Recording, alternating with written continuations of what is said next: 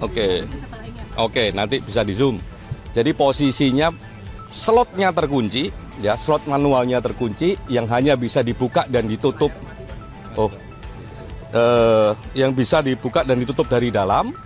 Terus yang ini kunci biasa yang bisa dibuka dari luar dan dari dalam kamar.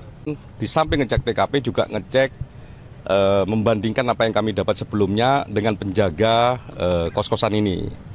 Lah, satu, yang paling penting kami ngecek soal CCTV, ya, termasuk mengkonfirmasi CCTV itu hidup ataukah mati, kalau hidup berapa jam, dan diambil oleh kepolisian skemanya berapa waktu, dijelasin cukup baik, cukup detail, bahkan ditarik ke belakangnya sangat banyak, dan itu sangat cukup dan sangat baik.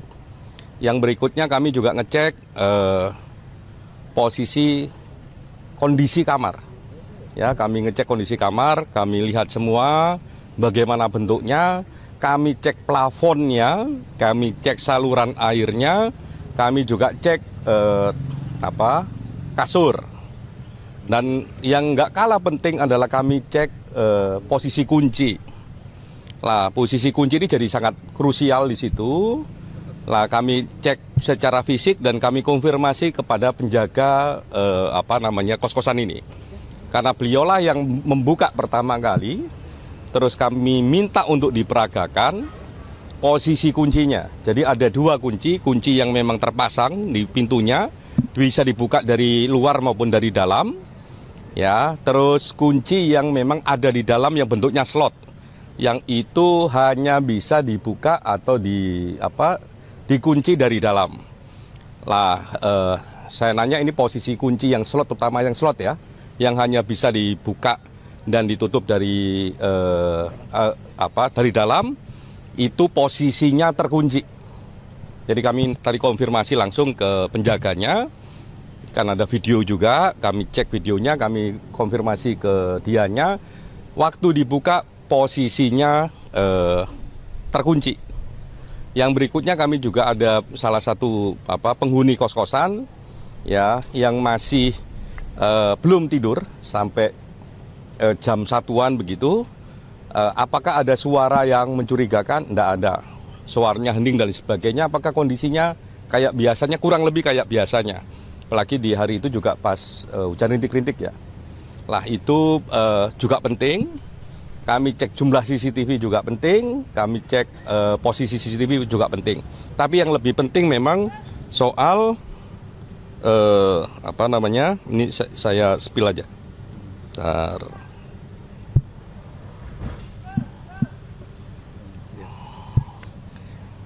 Lah, ini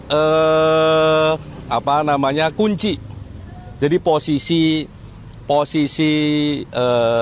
pertama kali sebelum pintu dibuka kayak begini. Nanti bisa difoto. Oke, nanti bisa di zoom. Jadi posisinya slotnya terkunci, ya, slot manualnya terkunci, yang hanya bisa dibuka dan ditutup. Yang bisa dibuka dan ditutup dari dalam. Terus yang ini kunci biasa yang bisa dibuka dari luar dan dari dalam kamar. Terus posisi plafon, baik posisi plafon kamar maupun plafon kamar mandi, tidak ada yang rusak sama sekali. Mungkin itu yang penting. Nanti kami geser ke PMJ untuk lebih detail lagi apa yang sudah dilakukan dan sebagainya. Oke?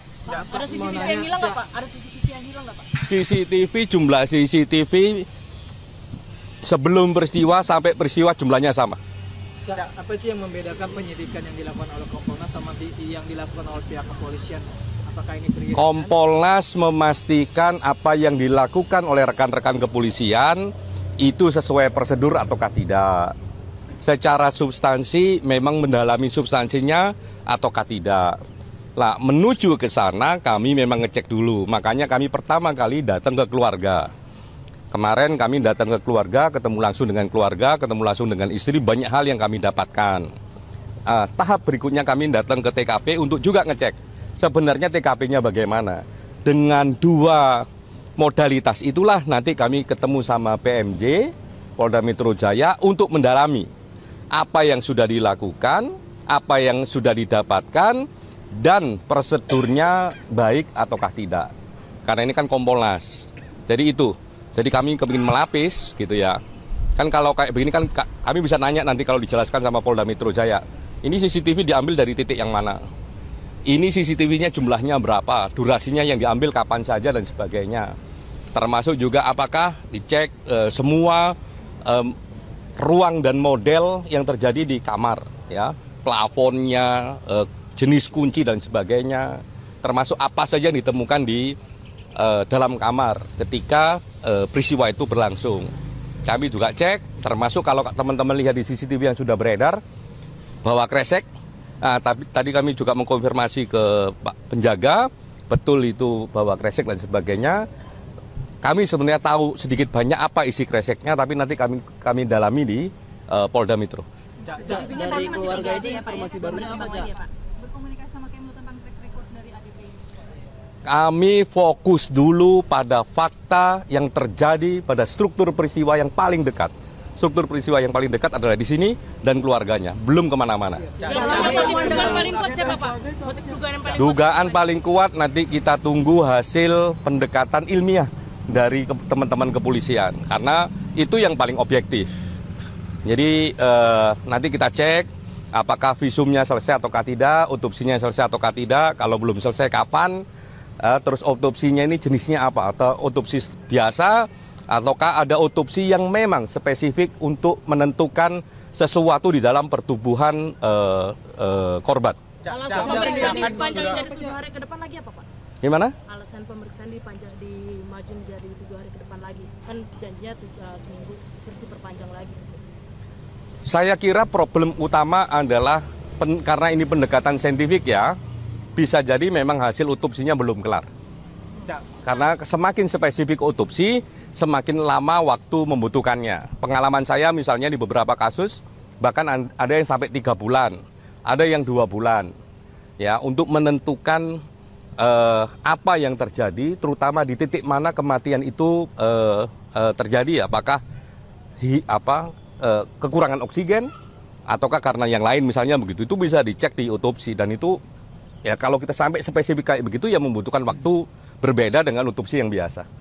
Tadi kan dari keluarga di Jogja sama penjaga kos ya, dari keterangan polisi bahwa penjaga kos ngecek atas perintah dari istri korban. Nah, kenapa penjaga kos tidak mengetuk pintu kamar korban? Kenapa cuma jalan ngecek kiri kanan gitu? Ada penjelasan kah dari penjaga kos?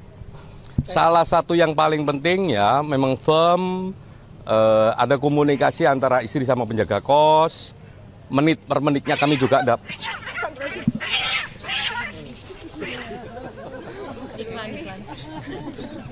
Kucingnya mau ikut preskon. mau ikut doorstop, tadi di dalam soalnya ada dia. Enggak.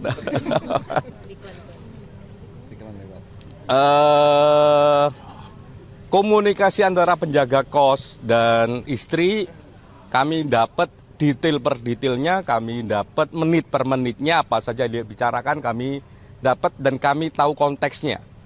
Jadi kalau tadi misalnya kenapa kok nggak langsung ketok pintu dan sebagainya, kami jelasin konteksnya, termasuk kami juga membaca WA-nya.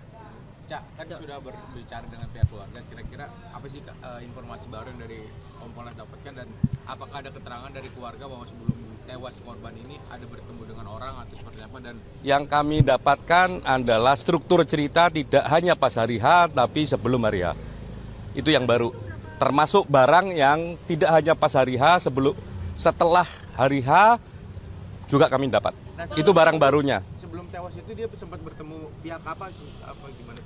Detail-detailnya nanti penyidik lah yang akan menjelaskan. Keluarga kan katanya sudah dapat hasil visum. Kemarin di Bantul itu keluarga membeberkan hasil visumnya nggak, Cak? Kami mendapatkan semua informasi terkait peristiwa ini dari keluarga, sangat baik, sangat komprehensif. Semoga kalau belum ada yang disampaikan ke kami bisa disusulkan. Tapi dari interaksi kemarin itu cukup detail, dan kami udah cek juga ke beberapa sumber ya. Terus nanti kami akan cek itu ke Polda Metro gimana ini, apa perkembangannya. Sendiri udah ketemu sama pihak ini belum, Kementerian Luar Negeri?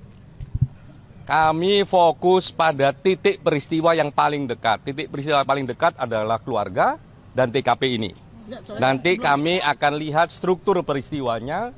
Kalau struktur peristiwanya memang mengharuskan kami ketemu sama Departemen Luar Negeri, ya kami akan cek ke sana. Tapi kan pokoknya adalah keluarga, TKP, dan PM Jaya Pelaga ini kan Kompolnas, bukan Komnas HAM.